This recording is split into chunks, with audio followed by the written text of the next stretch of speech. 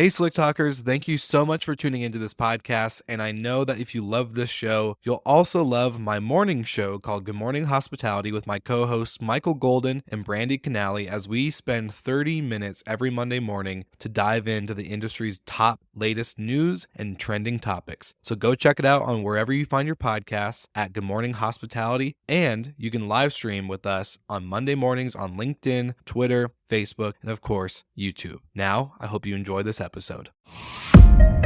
Welcome to Slick Talk, the hospitality podcast where we discuss all things hospitality, hotels, and business. You can find us online at slicktalkthepodcast.com and on every podcast listening platform.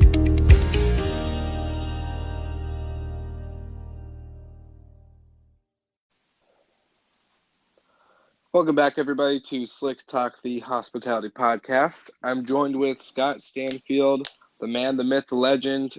We did a few episodes previous to this about restaurant hospitality.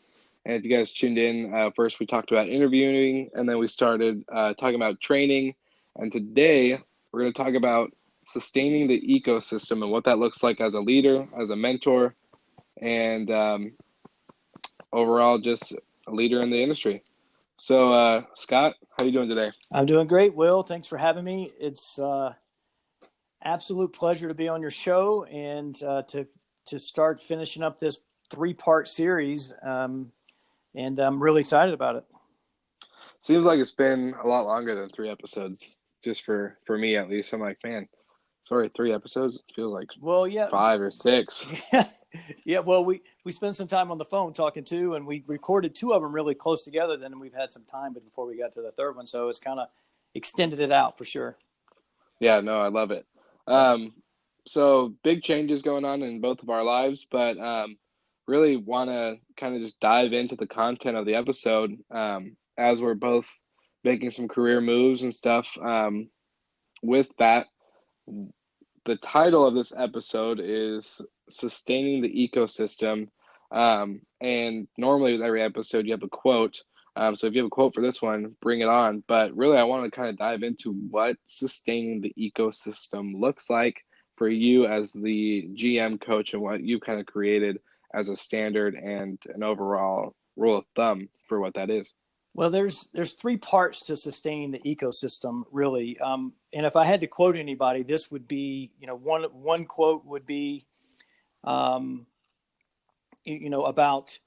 the safety, creating a safe environment for people. And that would come from, Simon Sinek, his Leaders Eat Last, book, and his TED Talk on Leaders Eat Last, and about, creating an environment of safety. He talks about the difference between military environments and the difference between environments in business, where in the military, they give awards to people who save other people's lives, or they sacrifice themselves to save others.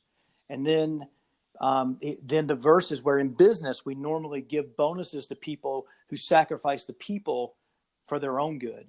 And I've been doing the military style way before he even said this, where I would never even, like for instance, there was a time that one of my owners that I worked for said, if you get to number 1 on TripAdvisor, I'll buy you and your wife a ticket to go to Hawaii. And I didn't tell anybody. The engineering director in the hotel was there, so he was my witness. I didn't tell anybody. And a week later, we made it to number 1, and I didn't even tell my wife. And we only held the position for like 48 hours, and I didn't really feel comfortable with that. But then 2 weeks later, we held the position as number 1 restaurant in Park City, Utah for 3 weeks. And so I got paid out on this trip to go to Hawaii. I used the money to go visit my dad for his 70th birthday, but it still was, it still was something that I didn't push our team to go and solicit more reviews for TripAdvisor just because the boss had said, if you get to number 1, I'll give you blank. So I don't really ever game the system in my favor. I still have the same focus of putting the team first, putting the customers right there with them, right under them, and then maintaining this of safety, system of safety for them.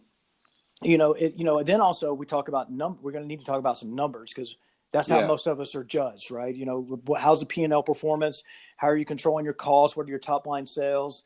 And, those type of things. And my quote for that is, again, it goes back a ways to Bear Bryant, the Alabama football coach, which says offense sells tickets, defense wins championships. And for me, offense is anything that puts butts in seats, or in the hotel world, heads in beds. And so that would be top line sales, anything that drives top line sales, marketing, advertising, controlling the host stand, the front desk, any of those type of aspects are offense. And that's, obviously with front desk agents or servers, hostesses, bartenders, upsells, those type of things. Defense for me is anything that controls costs. Labor cost is big in the hotel world, but for restaurants, even if they're in a hotel, food cost typically is number one. Then labor cost, then beverage cost falls in number three, unless you have a really big bar sales on something where you would need to maybe reallocate your focus depending on that. And so I'm an offensive-minded head coach. And so I have to surround myself and have really good defensive coordinators. So it's important to have people around me that, like executive chef, that really focuses on the numbers, controlling cost, because I'm going to focus on, the Steve Spurrier style, fun and gun, how many, let's grow top line as fast as we can, double digits, while at the same time hiring the right people, put them on the right seat of the bus and training them the right way.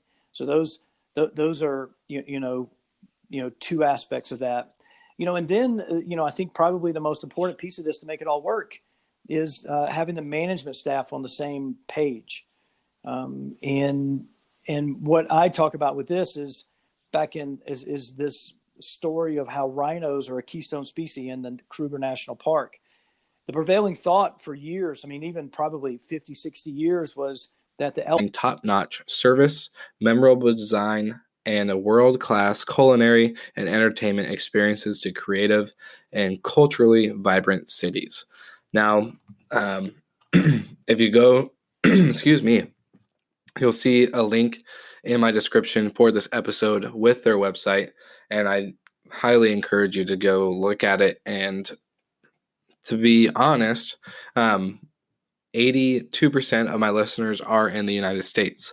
And out of that 82%, 35 or 34%-ish are from California that listen. And it's actually my number one state that listens to my podcast, following New York as well as Washington and Oregon. So